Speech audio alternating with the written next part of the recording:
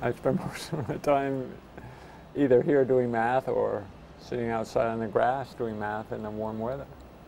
Except every now and then I have to do some food shopping or something like that.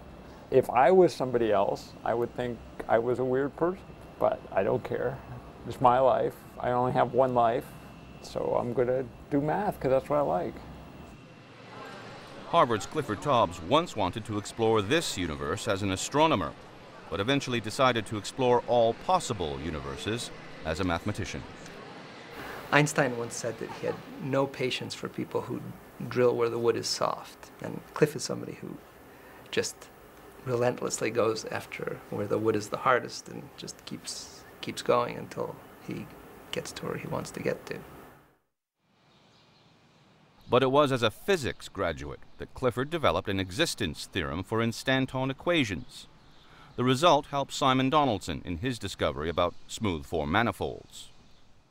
The physicists who didn't have the sort of background to answer the questions, but I was lucky enough to come at it with the right background, and so. But you didn't have a background in maths up to that point. Well, you know, it was more different. It was certain parts of mathematics I was, good at. He says that he tripped over his solution, not understanding it would open new areas of discovery of interest to both physicists and mathematicians. People started calling me up and saying, Simon used your work to prove this theorem. Can you tell us about it? Because Simon was in England and I was in the United States, and I was thinking, gee, if I'm going to tell him about it, I better learn what these manifolds are. So he dove into the fourth dimension and a deeper study of symplectic geometry. A process that sometimes includes some trial and error and a lot of time at the office. You think this is filled with important stuff, right? Yeah. It is. This one is. Mm-hmm. This one is. Mm-hmm. And there's the most important stuff, like Cokes. You keep trying stuff and it doesn't work, and so I try to write it down, and I got a whole list. And these are just the ones I haven't thrown out yet, because I haven't quite given up on them. So the basic point is you get some idea, but then you have to prove it's right. I mean, the game is to really prove what you're doing is correct. I mean, it's one thing speculation is a dime a dozen. Anybody can speculate. The point is, mathematics is maybe the only science where you're either right or wrong. I mean, there's no maybe. He has more time to spend on his math problems now that his two children are grown. He admits that he always tried to be a devoted father. I realize these are the only kids I'm going to have, and they're going to grow up, and so I spent a huge amount of time with my kids when they were little. Now they're all grown up, and I'm boring. I'm an old, I'm the old guy they have to put up with who's kind of cranky and embarrasses them. In the mid-1990s, Clifford discovered that equations by physicists Nathan Seiberg and Ed Witten helped describe the surfaces of four manifolds. They also could be used to tell the difference between the types of shapes that make up four-dimensional space. If you're looking at just a local part of a four-dimensional space, it's difficult to tell what shape it is. One space could be the same, or entirely different. I'm interested in the possible three-dimensional shapes are now known, and the possible 5 and 6 and 7-dimensional shapes are also known. These 4 dimensions, for reasons that I don't really understand, seems to be much, much harder than 3 dimensions or 5 dimensions or any other. Clifford's latest discovery proved one of mathematics' holy grails, the Weinstein Conjecture, one problem among many that wait to be solved as mathematicians continue to map the boundaries of all possible universes. All these exciting tools that Simon and I worked on, and the Seiberg-Witten equations, and then there's some other tools that are somehow related. Right now, they're not strong enough. No one's figured out how to use them to answer these questions. In all its shapes, sizes, and surfaces, London is the home of mathematician Simon Donaldson. The Cambridge native currently teaches at Imperial College, solving problems in modern geometry that reveal the very shape of space in multi-dimensions, things you cannot solve with a compass. In the 10 years since coming to Imperial, Simon has helped make the college a main center for studying symplectic geometry. Hello. Good morning. How are you doing?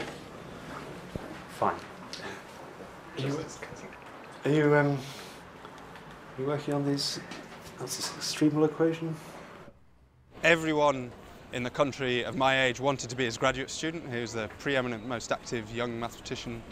And I'm pretty sure I was admitted because he'd forgotten he was meant to meet me. So he was in his garden, I think, gardening, and then his secretary managed to, or a secretary managed to find him, drag him to interview me. He was still covered in mud and so on. And I'm sure he felt so embarrassed that he admitted me to be his student, even though he had something like 18 students or something that year. I mean, it was insane. His fame among geometers started early at Oxford. Manifolds are fundamental elements in modern geometry, spaces, even a surface that can be described in a mathematical way.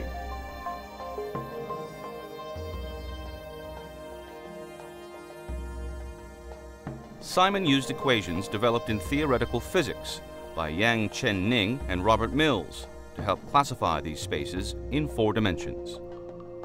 Building on a separate Yang-Mills theorem proven by Clifford Hobbes, Simon's work found a contradiction. Certain 4-dimensional manifolds with fairly standard invariants did not exist. It was a completely unexpected restriction on the types of smooth 4-dimensional manifolds. What was the reaction?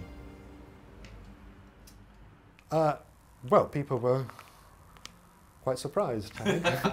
But I mean, in a way, what's satisfying is not just that they were surprised, but that they were delighted, I would say. Because this is quite an unexpected thing to do. You see, if you suddenly say to someone, we do this, and then, look, lo and behold this, any mathematician is delighted. It gives you pure pleasure to see this unexpected argument. Professor Nigel Hitchin was his advisor at Oxford. These startling results about 4 dimensions were clearly relevant to physicists. I mean, once they'd seen what had happened, they stood back and looked at what he'd done, and they said, well, let's try and understand what he's done by manipulating and forging new ideas out of what we thought. When did Simon's path to math begin? I was interested in sailing and boats, and I became interested in the design of boats, and so then this is when I was about 13 or 14, so I had to learn more mathematics in order to understand that, in order to how to work out volumes of the shape of boats and things of that kind. So that stimulated me to go beyond what I was learning in school initially. Did your parents help you with that, or encourage you? They encouraged me very much, yeah. His father worked as an electrical engineer in the physiology department at Cambridge. His mother also had a science background. Of Simon's 4 children, 3 have a science background. Wife Nora is a statistician. Good. It's being in the garden at home with his family that Simon enjoys the most when not working on his equations. The Shaw Prize is only the latest of the numerous awards he's won for his discoveries, winning the prestigious Fields Medal at 29. The awards make a huge contribution in that way, to perhaps encouraging young people to get into the subject. Not to be crass about it, it's $500,000. Do you have any plans for it? No, not yet. I suppose that's what the short answer. No, Yeah. we've discussed it, of course, but no, we haven't maybe. No final plans as yet? Any plans. No, but our main plan is to see how we can make a contribution to life that has been so good to us. And we are thinking about that. We have different ideas.